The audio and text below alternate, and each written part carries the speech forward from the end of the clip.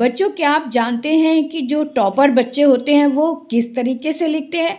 बस उनका लिखने का ही कमाल होता है, जिसकी वजह से वो फुल मार्क्स ले जाते हैं। और हम लोग जो हैं वो छोटी छोटी गलतियों में अटक जाते हैं और उस पर ध्यान नहीं देते और बस जल्दबाजी में आंसर लिखना चाहते हैं, जल्दी से आंसर हो जाए किसी तरह से।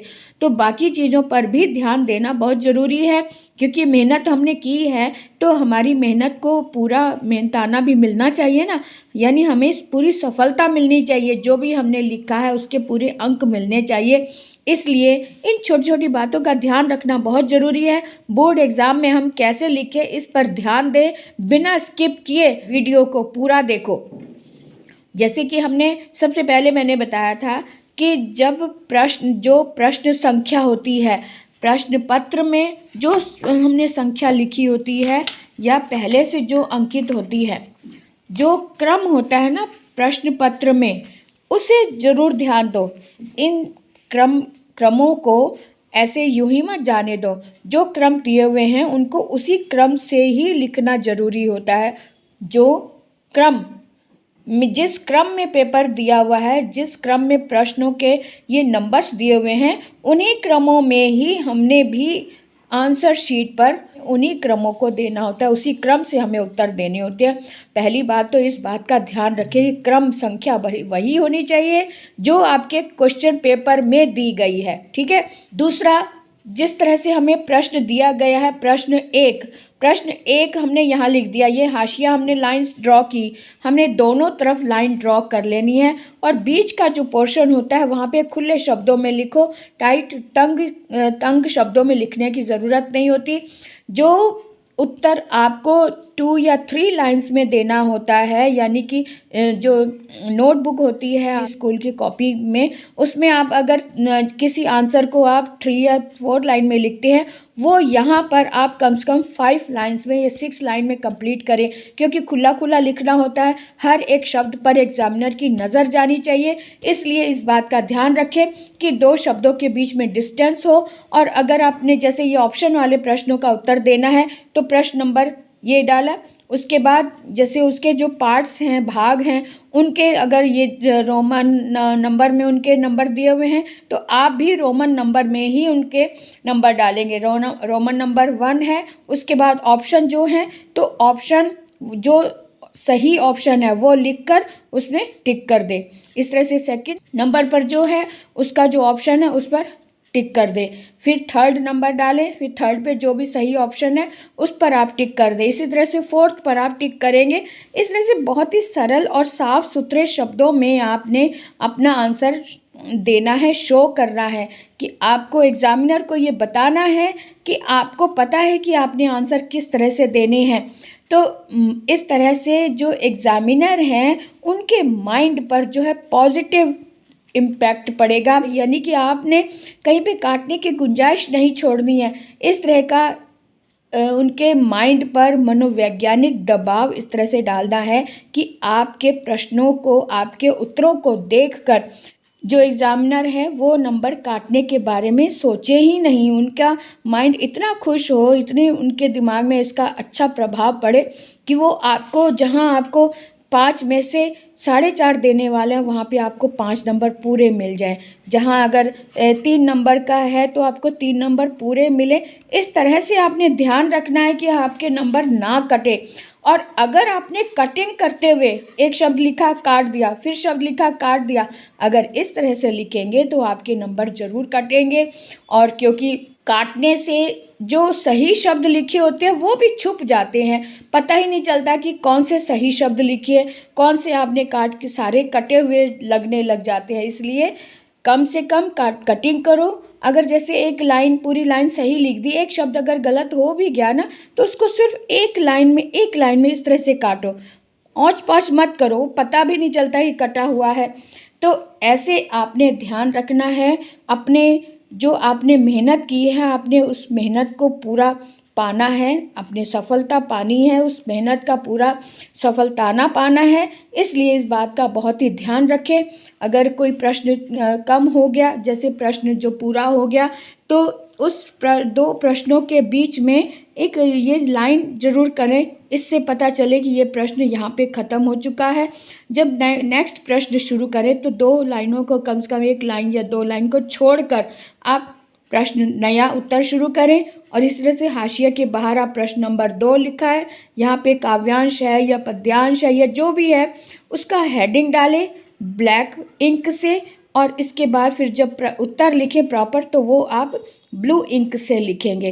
तो इस तरह से आपके प्रश्न बहुत ही सही ढंग से लिखे पता चलेंगे, इतना इसका उत्तर इतना हो गया, अब ये दूसरा प्रश्न हो गया, दूसरा का उत्तर हो गया, अब खंड बा शुरू हो गया, खंड बा का जो भी प्रश्न है वो संख्या आप डालें, फिर उसका उत्तर आप लिखें।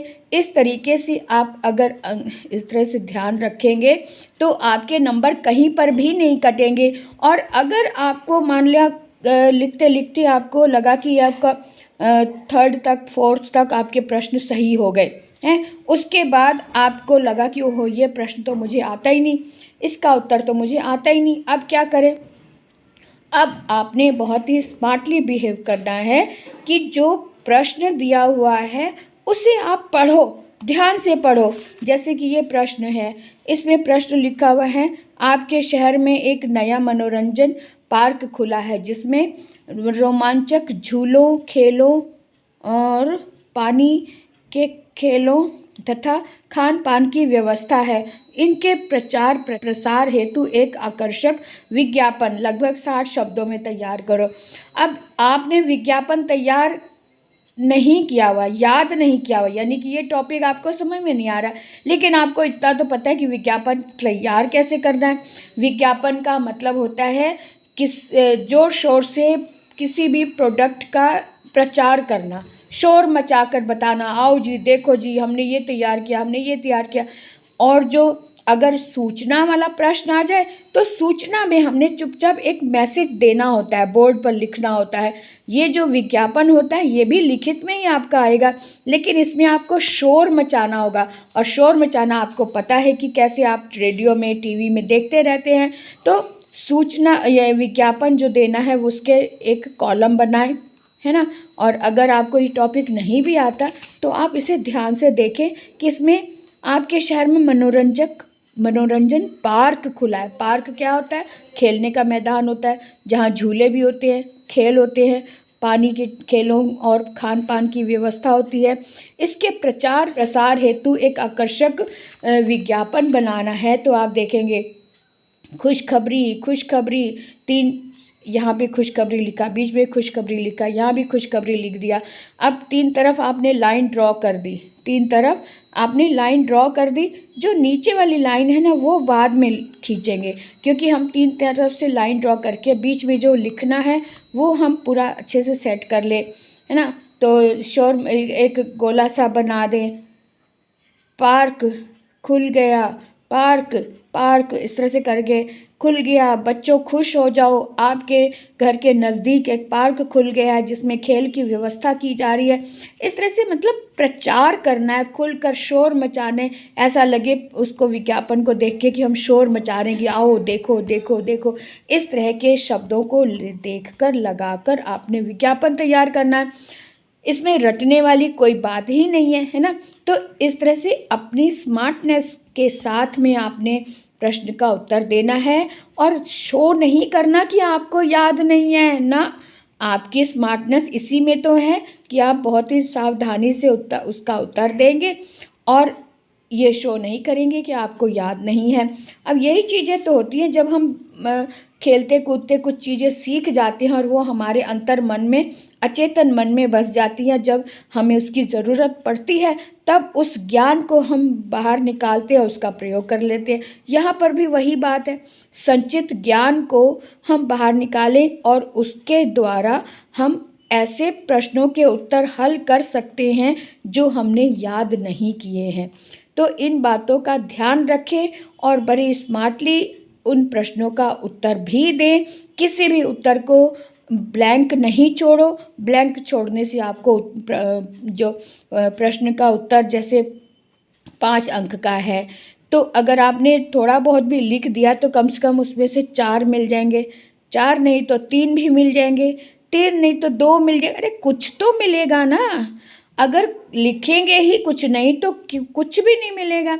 कुछ भी ना मिलने से अच्छा है कि 1 मिल जाए, 2 मिल जाए, और अगर आपने स्मार्टली शो किया तो आपको 4 भी मिल सकते हैं, और भी ज़्यादा अच्छा लिखा, उसके प्रॉपर उसके जो प्रारूप है उसका ध्यान रखा, तो आपको 5 अंक भी मिल सकते हैं। इसमें कोई बड़ी बात नहीं है, 5 नंबर बिल्कुल मिल सकते हैं आपको।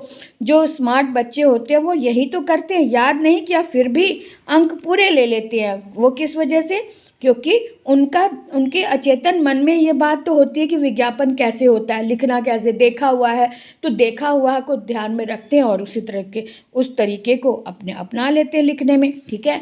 तो इसलिए स्मार्टली हमने ध्यान देना है कि हमने एग्ज़ाम पेपर में लिखना कैसे है, साफ राइटिंग हो, कटिंग ना हो, और प्रश्नों के जो क्रमांक हैं, नंबर हैं, जो क्रम संख्याएं हैं, उनका ध्यान रखना है। वही क्रम संख्या इसमें लिखनी है जो आपके एग्ज़ाम पेपर में जो दी हुई है, वही क्रम संख्या इसमें देनी होती है।